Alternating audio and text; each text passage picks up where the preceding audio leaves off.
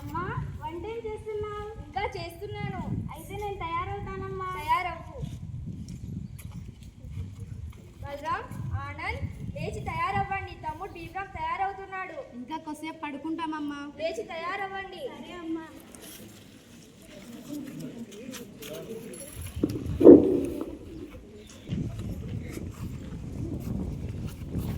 వెళ్ళొస్తామమ్మా.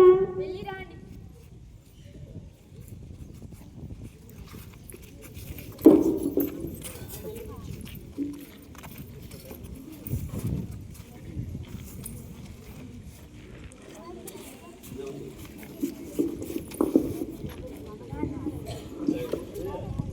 నమస్తే గురువు గారు.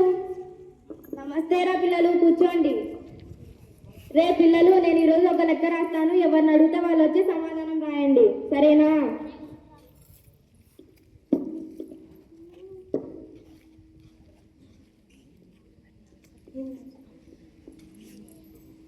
రే అబ్బాయి, నువ్వు వచ్చి సమాధానం రాయి.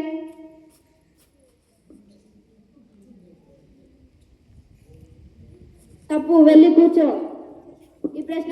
ఈ లెక్కకు సమాధానం ఎవరు రాస్తారు? రా.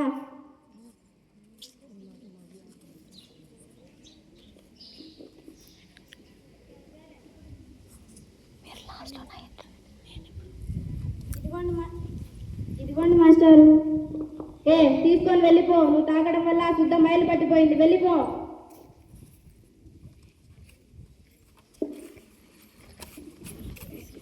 నమస్తే గురువు గారు. నమస్తే పిల్లలు, కూర్చోండి కూర్చోండి. చూడండి పిల్లలు, ఈరోజు నేను ఒక ప్రశ్న అడగబోతున్నాను. ఆ ప్రశ్నకు సమాధానం చెప్పగలిగిన వారికి బహుమతులు కూడా ఉంటాయి.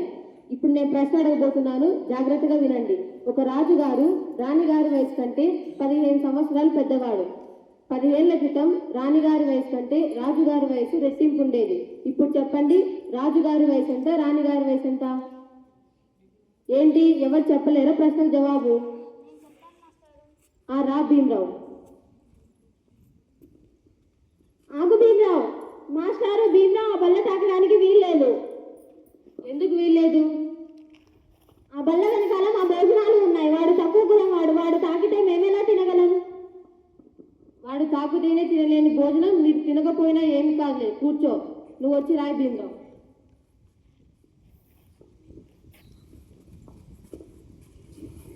రాజుగారు రాణిగారి వయసు కంటే 15 ఏళ్ళు ఎక్కువ. 10 ఏళ్ల క్రితం రాజుగారి వయస్సు రాణిగారి వయసు కంటే రెట్టింపు. రాణిగారి వయస్సు 10 ఏళ్ల క్రితం 15 సంవత్సరాలు. అయితే రాజుగారి వయస్సు రెట్టింపు కదా. రాజుగారి వయస్సు 30 సంవత్సరాలు ఉండేది. 10 ఏళ్ల తర్వాత రాణిగారి వయస్సు 25 సంవత్సరాలు. రాజుగారి వయస్సు 40 సంవత్సరాలు. వీరిద్దరి మధ్య తేడా 15 సంవత్సరాలు గురువు గారు. శబాష్ భీమరావు, నువ్వు శబాష్. అంతే. చూడండి పిల్లలు, దీన్ని చూసి నేర్చుకోండి. ఇంత చిన్న వయసులోనే ఇంత పెద్ద ప్రశ్నకు సమాధానం చెప్పగలిగాడు. నీ తెలివితేటలకు ఎటువంటి బహుమతి ఇచ్చినా సరిపోదయ్యా. అయినప్పటికీ కూడా నేను నీకు బహుమతి ఇవ్వాలనుకుంటున్నాను. ఆ బహుమతి నీకు అన్ని విధాలుగా అనుభూతిగా ఉంటుంది. అది కూడా నేను తొందరలోనే ఇస్తానయ్యా. సరేనా భీమరావు? సరే మాస్టారు. ఇక భోజనం సమయం అయింది, వెళ్ళి తినండి.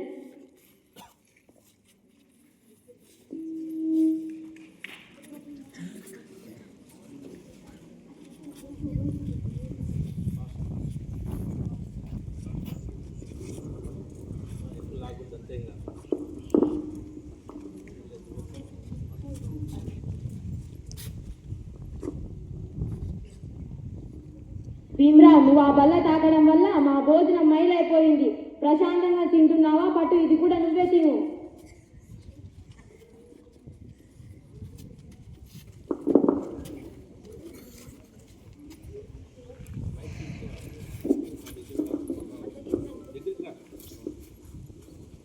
దాహంగా ఉంది, కొన్ని మంచి నీళ్ళు ఇస్తారా?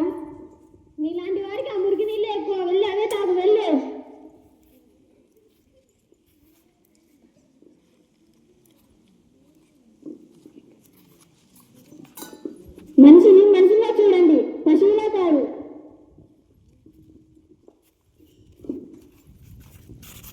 చూడు భీమరావు, వాళ్ళ అన్ని మాటలు ఏం పట్టించుకోకుండా నేను చెప్పే మాటలు జాగ్రత్తగా విను. నీ చదివే నీకు మార్గం కావాలి, నీ విజ్ఞానమే నీకు ధనం కావాలి, నీ వాళ్ళ కోసం నువ్వు ఒక దీపంలా వెలగాలి. నీ కృషి, నీ దీక్ష, పట్టుదల, జీవితం మన భారతదేశానికి రాజ్యాంగం కావాలి. ఇప్పటి నుంచి నా ఇంటి పేరు నీ ఇంటి పేరుగా అవ్వాలి. ఇప్పుడు నుంచి అందరూ నిన్ను అంబేద్కర్ అని పిలవాలి. సరేనా భీమరావు? సరే మాస్టారు.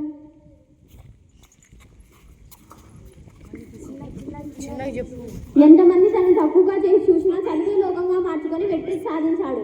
సాయాజీరావు గైక్వాడ్ అనే రాజు సాయంతో ఎన్నో గణితాలు సాధించి తిరిగి వస్తాడు.